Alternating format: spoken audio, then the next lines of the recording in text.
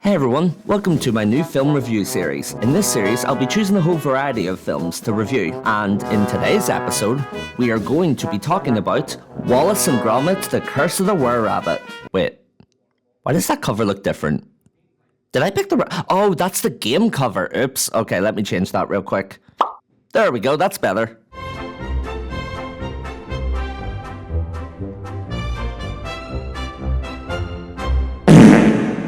So if you're not familiar with Wallace and Gromit, allow me to explain it. Basically, Wallace and Gromit is a loved British show made by Aardman Animation. It started in 1989 and is still going strong to this day. It's about an incredible inventor named Wallace and his pooch pal Gromit, where they work together to make businesses, but it often ends up in situations due to Wallace's inventions. So Gromit often has to help Wallace because of the situations they get put into.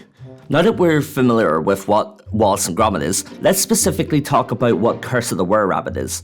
Wallace and Gromit The Curse of the Were-Rabbit is a 2005 cinematic film created by Aardman Animations. It was distributed by DreamWorks Animation and United International Pictures.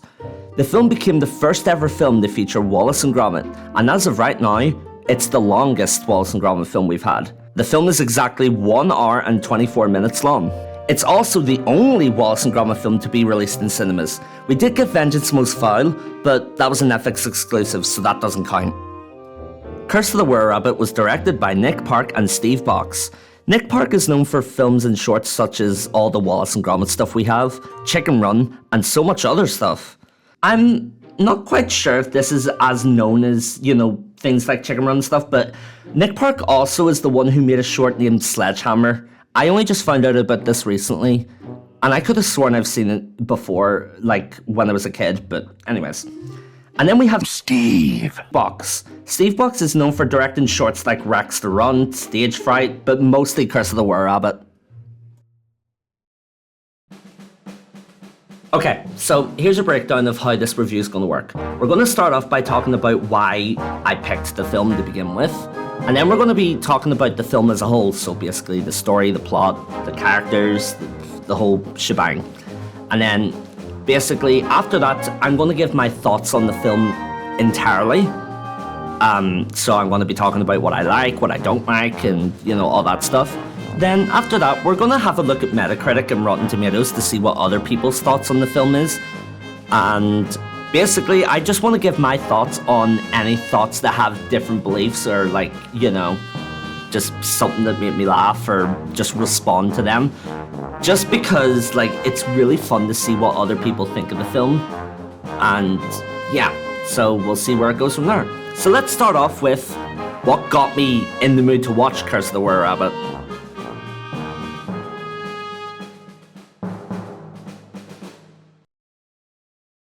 So what got me in the mood to watch Curse of the Were-Rabbit?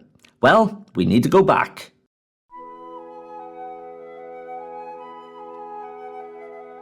So basically, it started with me going through my PlayStation 2 games because I wanted to start a game review show at some point down the line. And then I saw my copy of Curse of the Were-Rabbit on the PS2. And that had me thinking, wait, I haven't seen this film in years.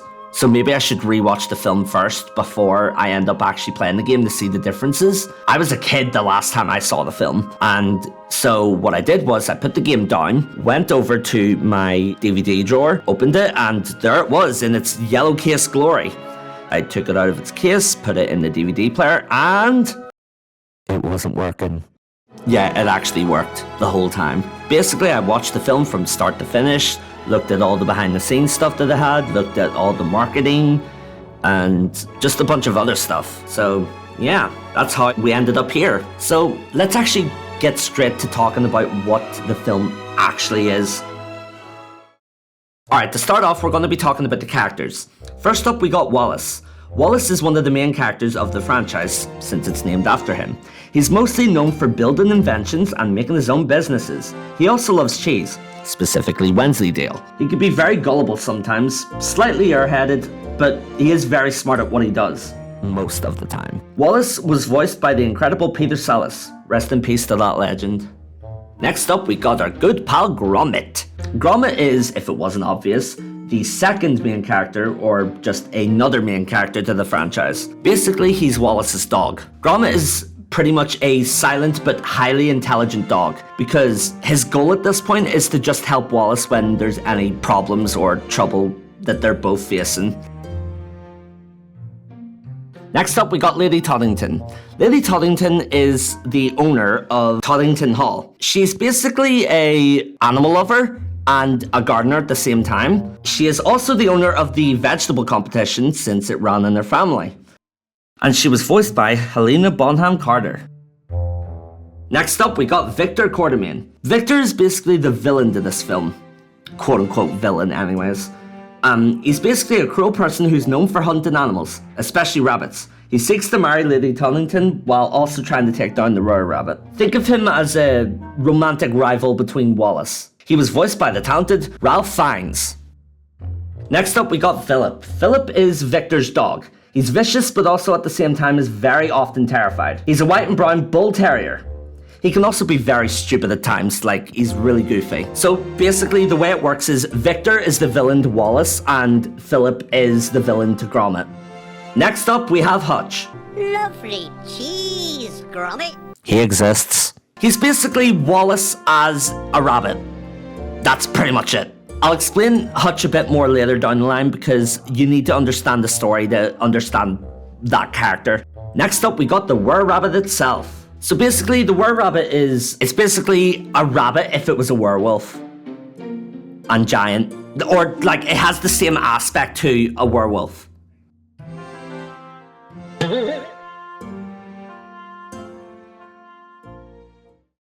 Right, next up, we're going straight to the story.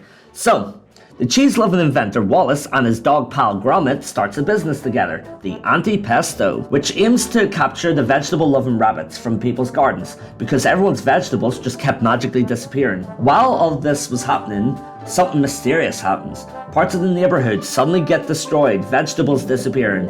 It becomes very clear whatever caused this was a big problem. So Wallace and Gromit go out and investigate what's going on and try to put a stop to whatever is causing this chaos before the vegetable festival starts. We later find out that the chaos is caused by a giant beast rabbit.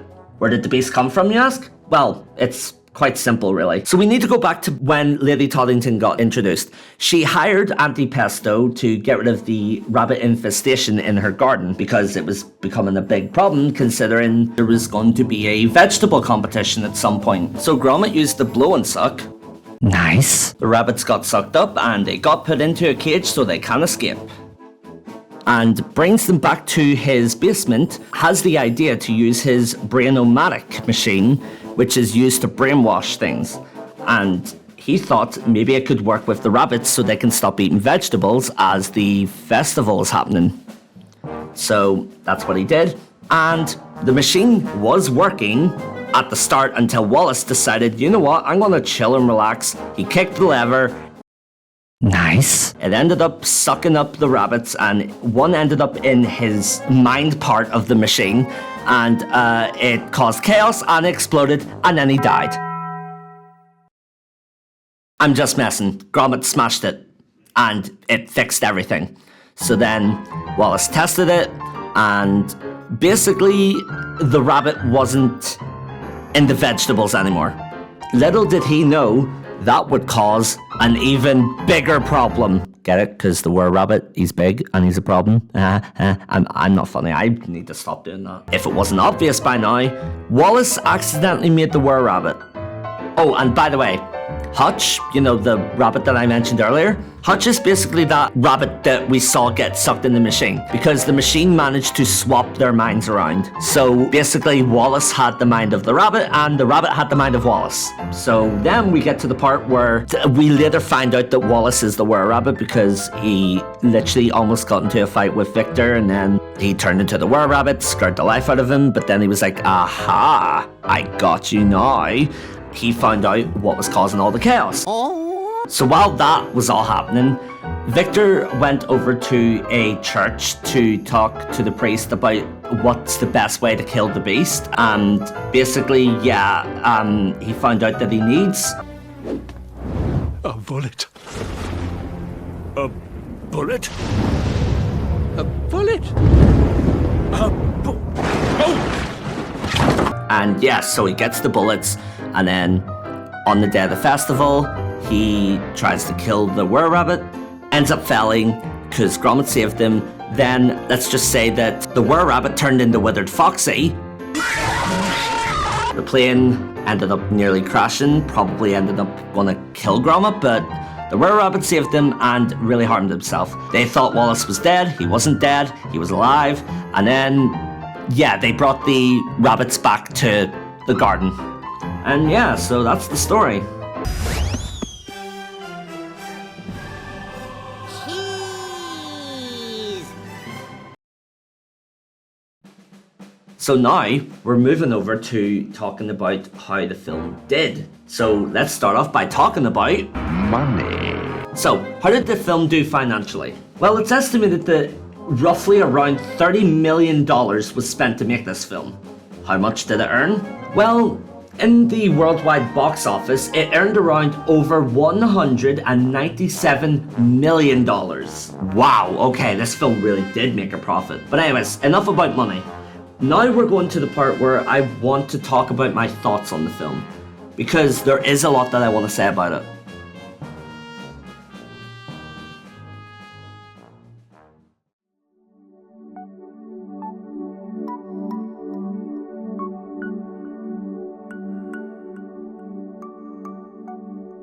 Personally, I think this is probably one of the best films they've made when it comes to Wallace and Gromit, because I have so much love towards Aardman and their projects, especially when you look behind the scenes, because when you see what it is they're doing to make the film, it becomes clear why this film took around 5 years to make. They make claymation films, and if you don't know what claymation is, allow me to explain. Basically, the models are made by a person and they are posed by a person, which basically means that they have to take frames and move certain limbs at a certain frame and then take pictures constantly. So it's like stop motion. I guess that's the best way to describe it. That's also why you would end up seeing fingerprints on the models, because they literally move them in each frame. That's one of the big charms about Aardman Animations. They're not afraid to show that it is actually made from clay. And when I mentioned the 5 years, by the way, that is how long it actually took to make the film, because they were only able to make a 3-second clip every single day. You can imagine how painful that was, but they nailed it.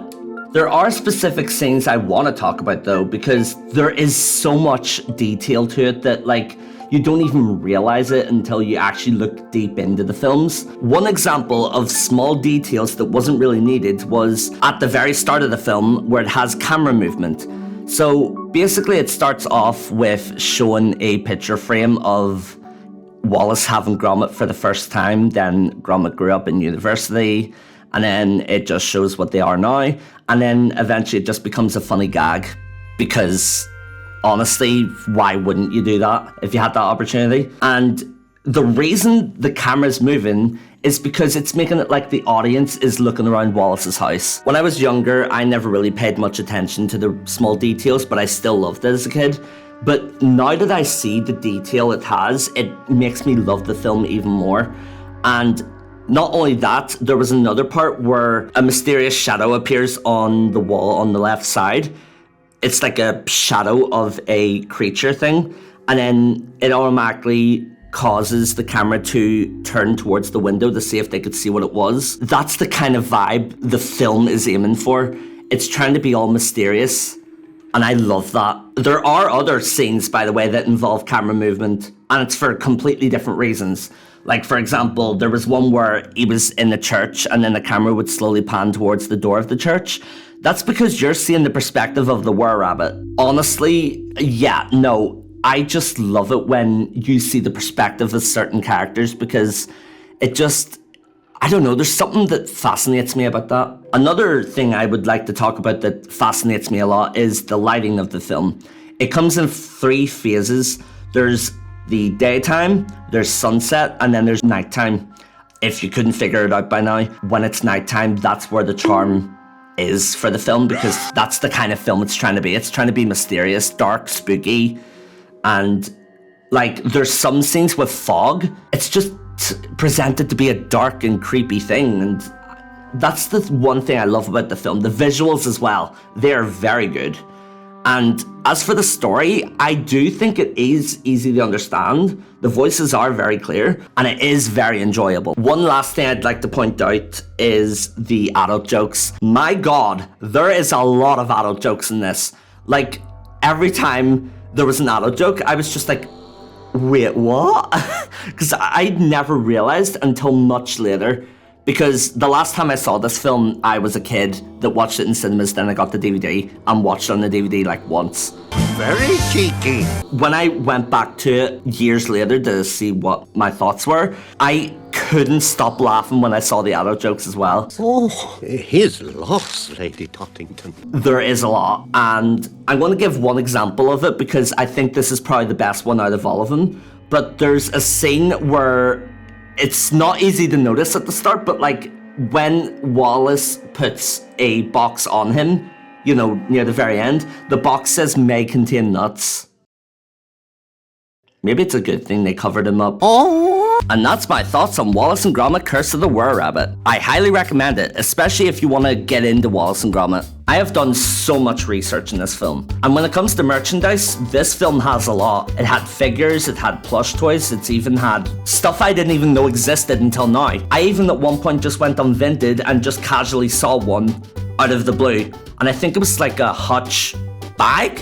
It was like a bag plush toy thing. And not only that, but it also had a video game adaptation of the film, which, not gonna lie, I didn't know about until years later. It took me like a few years to even realize there was a video game version, and luckily I had the PS2, so I ended up buying it. Just before we end the video, I actually wanted to do one last thing, just for a laugh. And that is look at other people's thoughts on the film and then give my thoughts on their thoughts, if it's necessary, or if it's funny. So yeah, here we go. I can't wait, nah. I love reviews that reference the film quotes. Aardman Animation is a delightful animation studio. In a way, you can thank the critical success of Aardman's previous movie, Chicken Run, for the creation of the Best Animated Picture Oscar. Previous to this film, the studio had already won 3 Oscars for the Best Animated Short, and with this film, they scored another win for Wallace and Gromit. As a whole, I don't think this film was the best example of the comedic duo, but their charm is still undeniably on display. It is a good introduction to horror for little kids. Nothing too frightening, but still spooky. The animation is painstakingly handcrafted, and the effort shines through the final product. What holds me back from rating this film any higher comes from the story being very predictable. Even when I first watched the film, I could see any twist coming from a mile away. The story becomes repetitive and formulaic. This is an unfortunate side effect of having a duo known for their shorts when they have a feature-length production. It feels longer than it should be. Okay, in fairness, I do think the film is quite predictable, but at the same time, I don't really think that ruins the film because you can have satisfactory when it comes to predicting stuff. And when it comes to the length of the film, I don't think it's really that lengthy. Because, like, yes, it's longer than the shorts, but, like, at the same time, I feel like longer can be better sometimes. This film was not cheesy. Is that why you gave it 4 stars? The beginning was interested, but it got dull after that. Don't you mean interesting? Also, yeah, the film is dull because it's meant to get spooky, because it's dark. Unfortunately, not that funny. I mean, the adult jokes were something else. Want to see more of them? Honestly, I'm the same. I would love to watch another Wallace and Gromit film in cinemas. You will laugh yourself silly. I did laugh, it is a joy to watch, though I really want to know why you gave it a 75% despite saying nothing but positive things. Because when I click onto the full review, it just brings me to whatever this is. Wait, what the hell? There's an Exit It film coming. Having characters that made their debut in TV short films star in their own feature-length film is always a challenge. But this movie makes it all seem like a marvelous dream. With highly funny jokes, catching visuals, and amazingly powerful music, this is a piece of genius that may only come along once in a lifetime. Cracking cheese, Gromit! Oh yeah, the music! I forgot to say, the music in this film is amazing. It really has that dramatic tone that they were aiming for.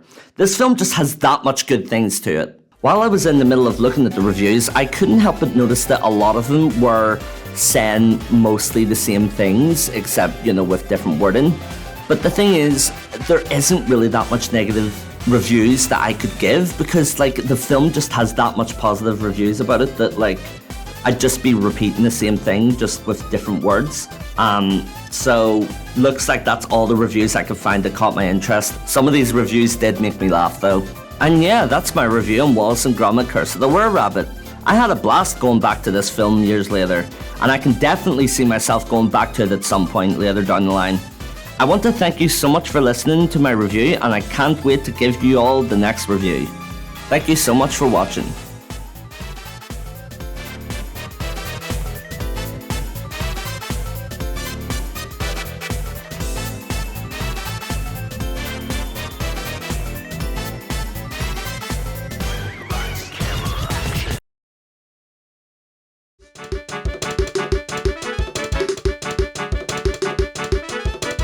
Hey everyone, welcome to my new film review series. In this series, hey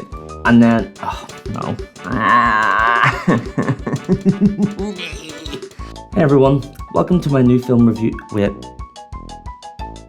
I just realized I'm going to sound completely different.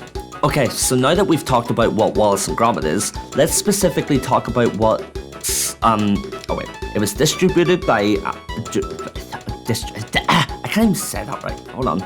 It was distributed by, why can I not say DreamWorks? Why am I almost saying DreamWorks? What? The film became the first ever film to feature, So basically, this film is the first ever film to feature Wallace and Gromit, and as of right now, it's probably the longest. No, it's not probably, it is the longest. Anyway, enough talking about I almost said enough talking about the movie. So, what's my thoughts? Honestly, I gotta say, I really love how it is. No! Alright, so now that we're familiar with the film... no. Alright, so, basically, it started off with me waking up in the morning, and... Alrighty then. So, it started off with me I almost said making out. Oh my god, what the what? Okay, so now that we're familiar with the story, so Wallace and Gromit try to investigate what's going on. They're basically...